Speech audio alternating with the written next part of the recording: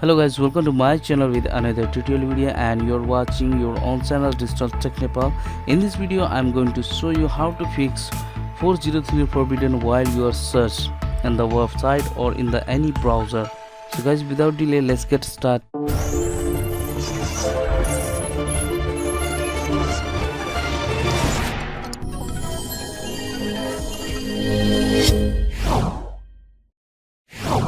First of all, go to control panel.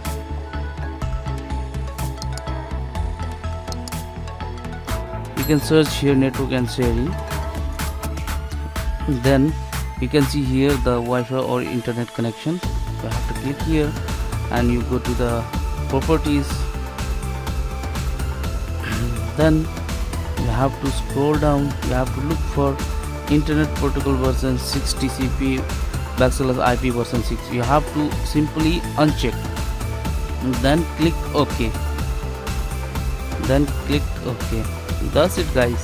So let's try it whether it's working or not.